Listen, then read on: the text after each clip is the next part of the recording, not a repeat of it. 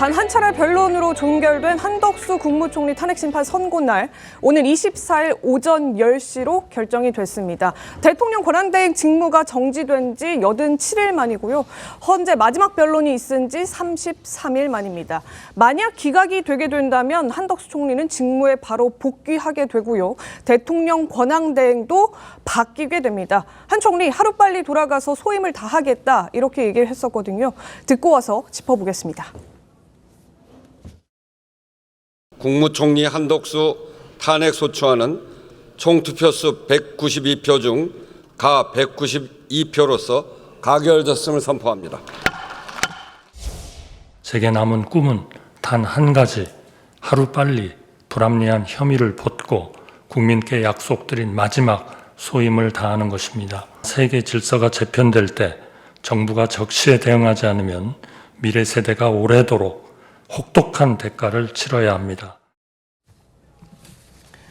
네, 지금 한덕수 총리 선고일이 주말을 제외하고 평일 이틀 전에 통보가 됐습니다. 통상적으로 이틀 전에 선고기일을 고지한다고 하는데 그 전례를 그대로 한덕수 총리도 따른 걸로 보이는데요.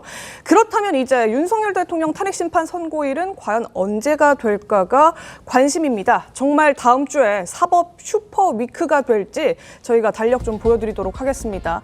당장 다음 주 말씀드린 대로 월요일인 24일, 이례적으로 월요일이죠. 한덕수 총리에 대한 탄핵심판 선고 일자가 오전 10시에 잡혔습니다. 평일을 끼고 이틀 전에 선고기일 고지한다 말씀드렸듯이, 만약에 오늘 오후에 윤석열 대통령 탄핵심판 선고 일자를 고지하게 된다면 이틀 뒤인 화요일에 선고가 내려질 수도 있는 거고요. 더 뒤로 미뤄질 수도 있는 것인데, 일단 한덕수 총리와 윤석열 대통령에 대해서 하루 상관으로 선고를 내리는 경우는 거의 없다고 합니다. 그렇기 때문에 화요일 넘어가고 수요일은 이재명 대통령에 대한 선거법 항소심 2심 선고일인데다가 고3 모의고사가 있기 때문에 수요일에 윤 대통령 선고까지 내릴 가능성은 적다. 그래서 화요일과 수요일은 어렵지 않겠느냐, 이런 관측이 나오고 있습니다. 그래서 결국에는 목요일과 금요일이 남는데, 또 목요일은 헌재가 일반 사건에 대한 정기 선고를 하는 날이라고 합니다. 이 목요일에 윤 대통령까지 같이 하기에는 부담스럽지 않겠느냐. 그래서 결국 가장 빠르게 예상해 볼 수 있는 윤 대통령 탄핵심판 선고일자는 28일이고 또 그보다 더 미뤄질 수 있다, 이런 얘기까지도 같이 현 시점에서 전망이 되고 있습니다. 김광선 변호사님, 이 지금 한 총리 선고기일 날짜를 통해서 본 윤석열 대통령의 심판 선고 날짜 어느 정도로 예측이 되십니까? 일단 이제 헌법재판소에서 이번 주에는 윤 대통령에 대한 선고 일자를 공지하지 않겠다고 그랬잖아요. 네. 결과적으로 이제 월요일에 공지를 한다, 예를 들어서. 그러면 빠르면 이제 수요일인데, 수요일 날은 이재명 대표는 선고가 있잖아요. 근데 이 두 사안이 엄청나게 중대하기 때문에 같은 날 하지는 않을 거예요. 그러면 결과적으로 그 다음 날은 목요일이나 금요일에 있을 가능성이 크다. 네. 그런데 지금 제가 볼 때는 만약에 다음 주에 선고한다고 하면 이제 금요일 날 선고 가능성이 굉장히 높아질 것이다, 이렇게 보는데, 일단 한덕수 총리에 대해서 권한대행에 대해서 월요일 날 선고한다고 그랬잖아요.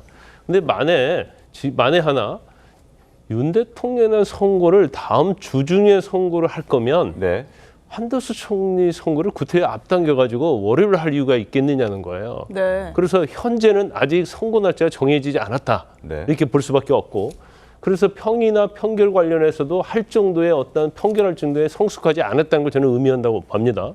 또 일각에서는 한덕수 권한대행으로 이제 복귀를 해서 어떤 국정의 어떤 운영이랄지 안정성 이런 걸 기하니까 먼저 선고하는 게 아니냐, 이런 의견도 있지만, 제가 아까 말씀드린 것처럼 대통령에 대해서 다음 주 중에, 그것도 중간에 선고할 것 같으면 이것은 사실은 제가 볼 때는 또 맞는 논리상 맞지 않는다고 봐요. 그래서 빠르면 다음 주 목금, 또 확률적으로 보면 다음 주 금요일에 선고될 가능성이 큰데, 그것도 제가 볼 때는 다음 주 초에 평이나 판결의 과정이 어떻게 되느냐를 봐야지, 만약에 월화 중에서 어떤 평의가 계속 이루어지면서 뭔가 이렇게 가닥이 잡히는 것이 안 나오면, 그러면 이제 그 다음 주로 넘어갈 가능성이 훨씬 높아진다, 저는 그렇게 봅니다. 알겠습니다. 28일의 가능성이 현재로서는 가장 높지만, 그래도 그 이후, 그러니까 4월 초 중순 이후까지도 가능성을 배제할 수는 없다 이런 말씀을 해주신 것 같습니다. 그리고 또 하나 궁금한 것은 다음 주 수요일이 이재명 대표의 선거법 항소심 선고가 있는 날입니다. 이것 또한 아마 고려되지 않았을까라는 전망도 나오고 있는데요. 김기웅 대변인께서는 어떻게 좀 보셨습니까?